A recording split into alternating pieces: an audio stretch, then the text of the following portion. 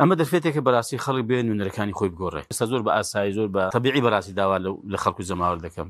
کاکە بەرن بازارێکی بەیەکەوە ئەم نوێنەرانە بگۆڕین بزانین داخوا خەڵکێکی کە دەسەڵاتی هەبێ، یعنی کە نوێنەر زۆر بەڕاستی دەسەڵات دەبێت، بەڵام بە نوێنەرێک و دوو نوێنەر و سوێنەر چی دەگۆڕی؟ لە پەرلەمانی کوردستان خۆی ما وەختێکی بینی ئۆپۆزیسیۆن نزیکەی 40 کورسی هەبووە، شارێکی زۆرمان کردو لە دەسەڵات لە زۆرشان ڕاماگرتون بەڕاستی خۆتان دەزانین، یعنی لەنا ئاواش نابوو حەز دەکەم بیزانی کاریگەری ئۆپۆزیسیۆن ئێستا دەرفەت نییە دەنا بەڕاستی لە قۆناغ جیاجیەکان لە زۆر محەتەدا حەقەتەن دەسەڵات ڕاگیراوە، لە ستەم ڕاگیراوە، لە قۆڕەقکاری ڕاگیراوە، لە پێنەدانی موسە ڕاگیراوە، لە بێبڕینی موسە ڕاگیراوە. خەڵک بەبیرێتی بەڕاستی ئۆپۆزیسیۆن لە کاتی خۆیدا چی کردو. مەبەستم ئەوەیە بابێ نوێنەرەکان بگۆڕە کاکە بزانین داخوا نوێنەری خەڵکی کە بابێ مەسەلەن ئێمە ئەگەر کاتی خۆی بە 7 پەرلەمانتە لە پەرلەمانی کوردستان بدون نوێنەر لە بەغدایە سێ نوێنەر لە بەغدا خەڵک بینی مەسەلەنی کۆمەڵ چی کردو بۆ خەڵک، چەند بەرگی لە مافەکانی خەڵک کردووە، چەند بەڕاستی بازی داوە لەسەر بەرگێکی لە مافەکانی خەڵک و چەند پەیوەندیەکانی کۆمەڵ لەگەڵ دەسەڵات تێکچووە و فشار کردوتە سەر ئەندامەکانیشی نەک پەرلەمانتارەکانی پلەباڵەکانیان. یعنی ئەگەر بەوەندا نوێنەرە ئەم شەڕی کردوێ لەسەر ژیانی خەڵک و لەسەر